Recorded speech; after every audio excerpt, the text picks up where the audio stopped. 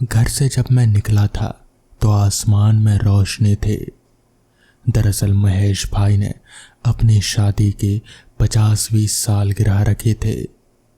घसीटापुर के नाम के एक बड़ा ही ऊबड़ खाबड़ सा रास्ता, उसी को अभी मैं पार कर रहा था। रास्ता बहुत ही ज़्यादा ख़राब था। मोटर गाड़ी से जाने का मैंने फैसला तो ले लिया था, पर रास्ता इतना ख़राब होगा ये पता नहीं था। रास्ते के दोनों तरफ ऊंचे ऊंचे पेड़ और उन पर चढ़ी हुई लताएं, और रास्ते पर थोड़ा अंधेरा भी अब हो चला था, इसलिए गाड़ी और भी संभाल कर चलानी पड़ रही थी। रास्ते में इक्का दुक्का लोग मिल रहे थे। थोड़ी ही देर में दिन डूब गया। 6:30 बज गए थे। महीना यहीं जुलाई के आसपास का रहा होगा कि अचानक ही एक बदली आसमान पर छा गई और पूरा पानी का मौसम बन गया। मैंने बचने के लिए आसपास कोई सुरक्षित जगह ढूंढने की कोशिश की और रोड से कुछ ही अंदर एक खेत में फार्म हाउस सा कुछ नजर आया। मैंने सोचा क्यों ना वहाँ पोर्च पर ही रुका जा सकता है, और वहीं पहुँच गया। बारिश कुछ तेज थी। अचानक अंदर से दरवाज़ा खुलने की आवाज़ आई। मैंने देखा कि एक छोटी सी बच्ची, लगभग 5-6 साल की, बिल्कुल ही गुड़िया की तरह, सुनहरे बाल और गोरी नीली आंखें, मुस्कुराई और फिर अंदर से आवाज़ आई, जीजी आपने दरवाज़ा क्यों खोला? उस लड़की ने कहा, मम्मा कोई है। और अचानक ही उस दरवाजे से एक सुंदर सी औरत बाहर आई। उसने मेरी ओर अजीब नज़रों से देखा और फिर बोली, जी आप। हमने आसपास की ओर इशारा किया, बारिश की ओर। वो समझ गई। फिर उसने मंद मुस्कुराया। हमने अपना परिचय दिया और बतलाया कि कहाँ जा रहे हैं। उसने सिर्फ इतना ही कहा कि मौसम खराब है और बारिश तेज होगी लगता है, बेहतर होगा रुकना और इंतज़ार करना, आप अंदर आ जाएं। मैं मकान के अंदर पहुंच गया। जाने कैसा सम्मोहन था उसकी आवाज़ में, और फिर सोफे पर बैठ गया। ड्राइंग रूम काफ़ी सुंदर सजा था। पुराने रईसों के जैसा माहौल में होने का एहसास हो रहा था। हिरन, शेर, सबका सिर दीवार पर टंगा हुआ था। वो नन्ही सी बच्ची कमरे में चली गई थी। चाय आ चुकी थी। मैंने चाय पीते हुए आखिर पूछ ही लिया कि आप इस तन्हाई में बच्ची के साथ और लोग कहाँ हैं? उन्होंने कोई जवाब नहीं दिया। इतने में ही पानी भी कम हो गया, लिहाजा हम वापस से चल पड़े। कुछ तो गड़बड़ लग रही थी, मगर क्या? मुझे तो महसूस हो रहा था, मगर मैं कुछ भी देख नहीं पा रहा था। दिमाग की छठी इंद्रियां इशारा कर रहे थे। अचानक मुझे मोटरसाइकिल पर अपने पीछे लगा कि जैसे कोई बैठा है। मैंने पीछे देखा लेकिन कोई नजर ही नहीं आ रहा था। अचानक से मोटरसाइकिल रुक गई। हमने नीचे उतरकर पहले टैंक में पेट्रोल देखा, फिर से किक मारी, मगर मोटरसाइकिल स्टार्ट होने का नाम ही नहीं ले रही थी। जितना हम जानते थे, कार्बोरेटर खोला, साफ कर वापस लगाया, पेट्रोल की नली निकालकर उसे वापस लगाया, फिर से किक मारी, मगर किस्मत खराब, मोटरसाइकिल वैसी की वैसी ही पड़ी रही। हमें रोड पर रोशनी नजर आई, शायद कोई गाड़ी हो जो हमें लिफ्ट दे दे और हम मोटरसाइकिल कहीं खड़ी कर वापस अपने घर पहुंच जाएं। कुछ देर बाद एक कार आती हुई दिखाई दी और हमने हाथ हिलाकर लिफ्ट का इशारा किया। कार पास आकर रुकी और उसमें से वही सुंदर औरत और वही बच्ची बैठी हुई नजर आई। उस औरत ने कहा, क्या बात है, बाइक खराब हो गई है क्या? चलिए हम आपको छोड़ देते हैं, यहीं पास ही में खड़ी कर दीजिए, कोई नहीं ले जाएगा। मैं कर भी क्या सकता था, मजबूर जो था। खैर, हम कार के पीछे वाली सीट पर बैठ गए। कार फिर से स्टार्ट हुई और वो औरत जिसका हमें नाम नहीं पता था, उन्होंने बताया कि उन्हें शहर में कहीं अर्जेंट जाना है, जिस वजह से वो लोग अभी जा रहे हैं। मौसम और भी खराब हो गया था। रात के अंधेरे में पेड़ों पर लटकते हुए तने बहुत ही अजीब से लग रहे थे।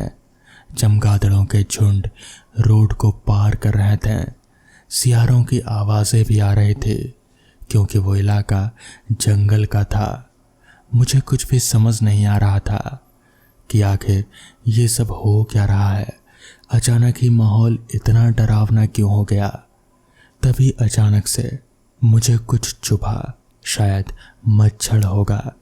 पर इससे पहले कि हम कुछ सोच पाते हैं कि मेरी आंखें बंद हो गई और फिर धीरे धीरे मैं कब बेहोश हो गया, मुझे कुछ याद नहीं। कब तक बेसुध रहा कुछ पता नहीं, मगर दिन था या रात ये भी मालूम नहीं हो पा रहा था। और एकाएक एहसास हुआ कि आसपास कुछ तो है। क्या हो सकता है यह अनुमान लगाया। एकाएक जैसे करंट सा लगा। ये वही औरत थी, मगर वो बच्ची वहाँ पर नहीं थी। वो भी बिल्कुल बेसुध पड़ी थी। बच्ची का कुछ पता नहीं और कहाँ थे, किस हालत में थे। हमने कोशिश की कि कैसे भी यहाँ से निकलें, मगर वहाँ कुछ भी समझ में नहीं आ रहा था क्योंकि अंधेरा बहुत ही ज़्यादा घना था।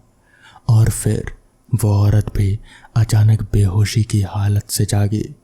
कराहते हुए उसने कहा, आप यहाँ? वो आफत की परकाल गुड़िया, वो भी आपको यहीं पर ले आई? अब चौंकने की बारी मेरी थी। हमने कहा, वो आपकी बेटी नहीं है? तो इस पर उसने कराहते हुए कहा, मैं घोर मुसीबत में घिर गई हूँ। वो मेरी बच्ची नहीं है। वो एक खौफनाक शैतानी शख्सियत, पता नहीं कौन है, मैं नहीं जानती। एक दिन मैं भूले से कब्रिस्तान के बाजू से गुजर रही थी कि अचानक मेरे परफ्यूम से ये कब्रिस्तान से निकली और बच्ची के रूप में मेरे साथ चिपक कर मुझे ये अनजान जगह ले आई। अभी तक 4 लोगों को इसी तरह से फंसा कर मार चुकी है। अब चौंकने की बारी मेरी थी। हमने तुरंत ही टटोला। हमारे साथ हमारी पोटली हमारे जेब में थी। मैंने तुरंत ही बैठकर ध्यान लगाया और गुरुजी से प्रार्थना की, हमें इस संकट से बाहर निकालें। और उनकी प्रेरणा से हम गायत्री मंत्र पढ़ने लगे। अभी 1008 पूरे हुए ही उठे कि हमारी आंखों के सामने का अंधेरा छट सा गया और हमें उस खंडरनुमा घर का दरवाज़ा नजर आया। हमने तुरंत ही उस औरत को लिया और उस दरवाजे पर पहुंचकर गायत्री मंत्र पढ़ते हुए हाथ लगाया तो वो एकदम से खुल गया और हम खंडरों में खड़े थे। अचानक से मौसम बदलने लगा, मानो तूफान आएगा। हम उस औरत को लेकर खंडरों में एक टूटे हुए मंदिर में घुसकर बैठ गए। मैंने तुरंत गायत्री मंत्र पढ़ना शुरू कर दिया। मेरे आसपास जैसे एक सुरक्षा चक्र सा बन गया था। पता नहीं ये सब कैसे हो रहा था और अब हम दोनों जैसे सुरक्षित हों ऐसा महसूस हो रहा था। मैंने मन ही मन में भगवान का धन्यवाद किया।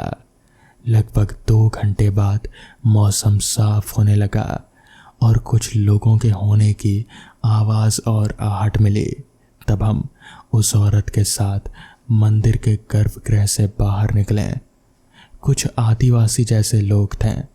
हमने जगह का पता पूछा कि ये कौन सी जगह है, तो पता चला कि हम झारखंड में किसी गांव में हैं। इतनी दूर हम कैसे पहुंच गए हमें कुछ भी पता नहीं और तारीख 1 सप्ताह बाद की थी। हमने पता किया कि आसपास रोड कितनी दूर है और बस मिलेगी या नहीं। पता लगा कि दिन में एक बस शाम को आती है और सुबह पहले ही निकल जाती है। लिहाजा आज का दिन और रात हमें इसी गांव में गुजारना होगा। हमने अपनी मुसीबत के बारे में उन लोगों को बताया तो उनमें से एक बुजुर्ग ने कहा कि गांव चलते हैं, चिंता की बात नहीं, सब ठीक हो जाएगा।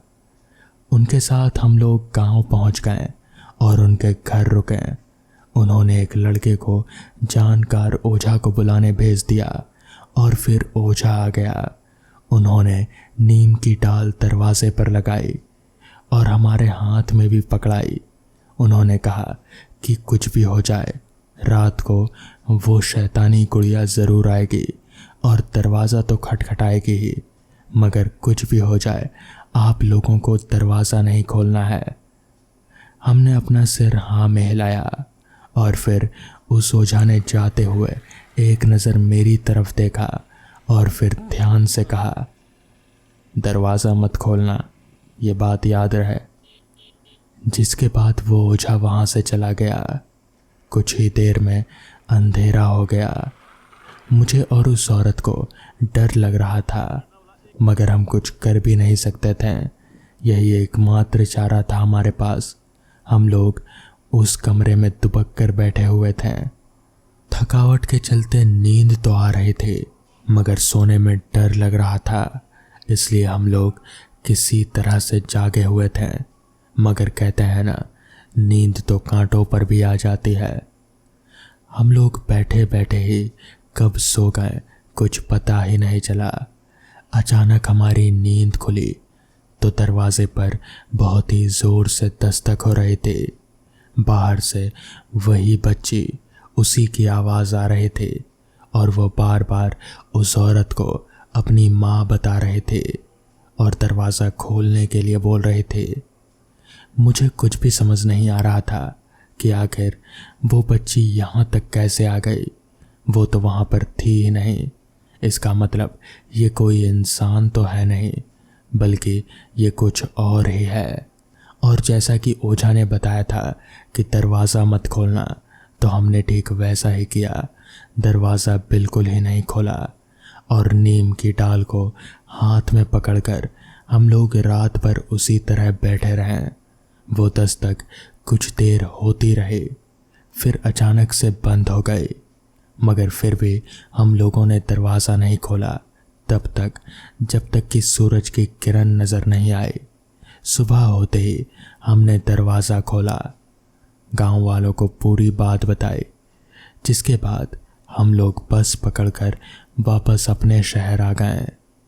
उस दिन मेरी और उस औरत की जान तो बच गई, मगर कई दिनों तक वो बच्ची यानी कि वो गुड़िया बिल्कुल मेरे सपनों में आती रही और मैं कई रातों तक सो नहीं पाया।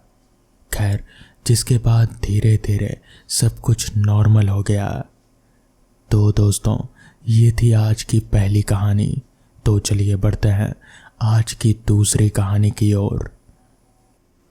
भूत प्रेत आत्मा चुड़ैल, इन सब चीज़ों पर मैंने कभी भी विश्वास नहीं किया और ना ही कभी मैं करना चाहता था।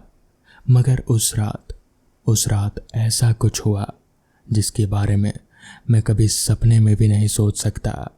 और इस दिन के बाद से मैं इन सारी चीज़ों पर विश्वास करने को मजबूर था।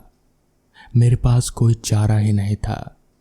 मुझे मानना ही पड़ा कि इस दुनिया में ऐसी भी कुछ चीज़ें हैं जिनसे हम ना ही मिलें तो अच्छा रहेगा। दरअसल घटना है आज से करीब 12 साल पहले की। मेरी उम्र यहीं कोई 16-17 साल की थी। मुझे नानी घर बहुत पसंद था। मैं गर्मियों की छुट्टियों में ज़्यादातर नानी के घर ही जाया करता था। मगर उस बार जब मैं नानी घर गया तो वो गर्मियों की छुट्टियां नहीं थी, वो सर्दियों की छुट्टियां थी। सर्दियों का मौसम मुझे बहुत ज़्यादा पसंद है, इसलिए मैंने सोचा क्यों ना इन छुट्टियां नानी के घर में ही बिताया जाए। तो मैं नानी के घर पहुंच गया। सबसे मिलकर मुझे काफ़ी ज़्यादा खुशी हुई। वहाँ के दोस्तों से, घर वालों से, परिवार वालों से, उनसे मुझे काफ़ी ज़्यादा लगाव था और वो भी मुझे बहुत ज़्यादा प्यार करते थे, इसलिए मुझे वो जगह बहुत ज़्यादा पसंद थी। वहाँ जाते ही मैंने अपना सामान रखा और मैं बाहर खेलने निकल गया। वहाँ मेरे बहुत सारे दोस्त हैं। खेलकर जब मैं शाम को वापस घर लौटा तब तक अंधेरा हो चुका था, क्योंकि सर्दियों में अंधेरा बहुत जल्दी ही हो जाता है। मैंने हाथ मुंह धोया और वापस अपने कमरे में जाकर बैठ गया।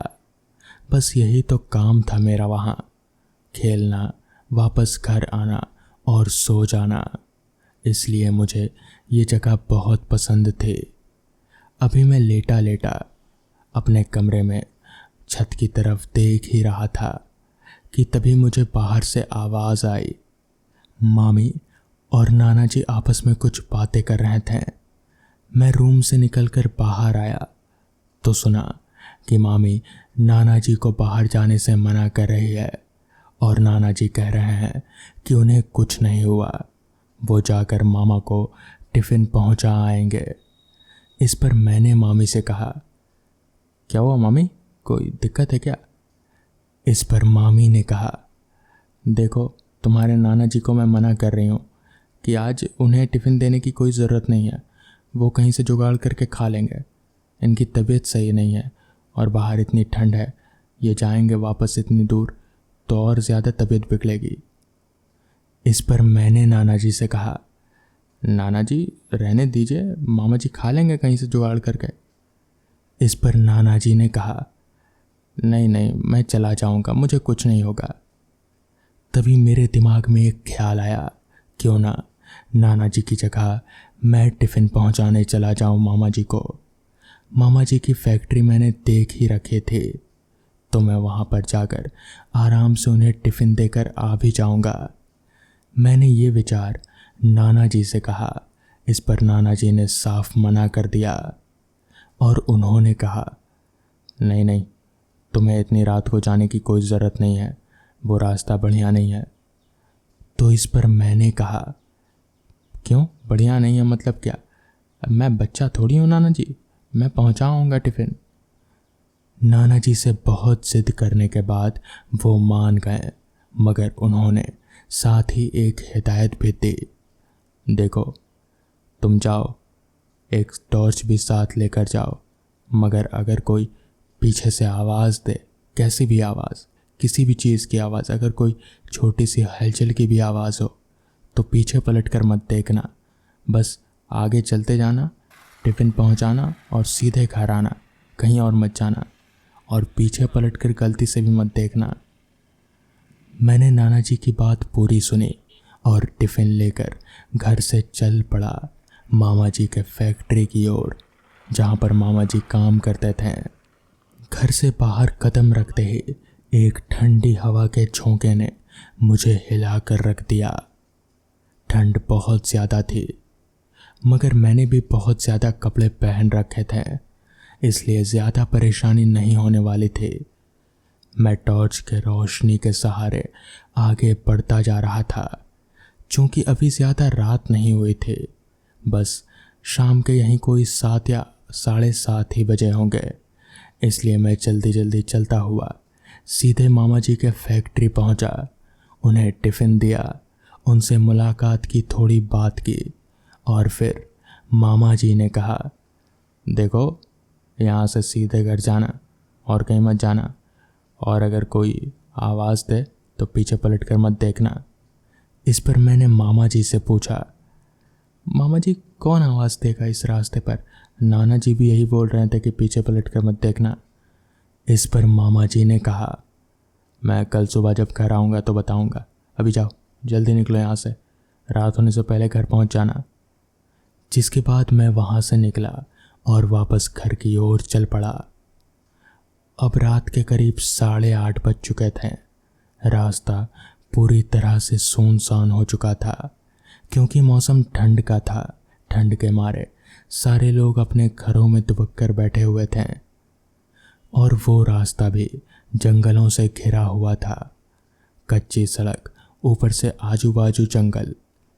अभी मैं आगे बढ़ ही रहा था कि तभी अचानक मेरे कानों में एक आवाज़ आई, सुनो, रुको। आवाज़ सुन मैं अपनी जगह पर ही रुक गया। तभी वापस पीछे से आवाज़ आई, पीछे पलट कर देखो तो सही, मैं कौन हूँ, तुम मुझे जानते हो। मैं पीछे पलटने ही वाला था कि तभी मुझे नाना जी की कही बात याद आ गई कि पीछे मत देखना। पता नहीं क्यों मुझे वो आवाज़ भी कुछ अजीब सी लगने लगी थी, इसलिए मैंने वापस से चलना शुरू कर दिया। चलते चलते मैं काफ़ी दूर आ चुका था, मगर पीछे से वो आवाज़ लगातार आए जा रही थी। चलते चलते मैं भागने लगा और भागते भागते मैं घर पहुंचा। घर पहुंचकर मैंने नाना जी को पूरी बात बताई। पहले तो नाना जी ने मुझे शांत किया और फिर कहा, दरअसल वो जो आवाज़ थी वो कोई इंसान की आवाज़ नहीं थी, वो एक प्रेत की आवाज़ थी। उस रास्ते पर प्रेत भटकते हैं, वो आवाज़ देते हैं। अगर तुम उनकी आवाज़ सुनकर पीछे पलट गए तो फिर तुम वापस कभी घर नहीं आ पाओगे, वो तुम्हें अपने साथ ले जाएंगे। और अगर पीछे नहीं पलटे तो वो तुम्हें कुछ नहीं कर सकते, तुम्हें छू भी नहीं सकते, तुम्हें अपनी मर्जी से पीछे पलटना होता है। उस दिन के बाद से मैं कभी भी उस रास्ते पर नहीं गया। तो दोस्तों, ये थी आज की कहानियाँ। अगर आपको ये कहानियाँ पसंद आई हों तो वीडियो को लाइक और चैनल को सब्सक्राइब करना ना भूलें। तो मैं आपका दोस्त आर्यन जल्द ही मिलूँगा आपसे ऐसी ही नई कहानियों के साथ। तब तक के लिए अपना ख्याल रखें।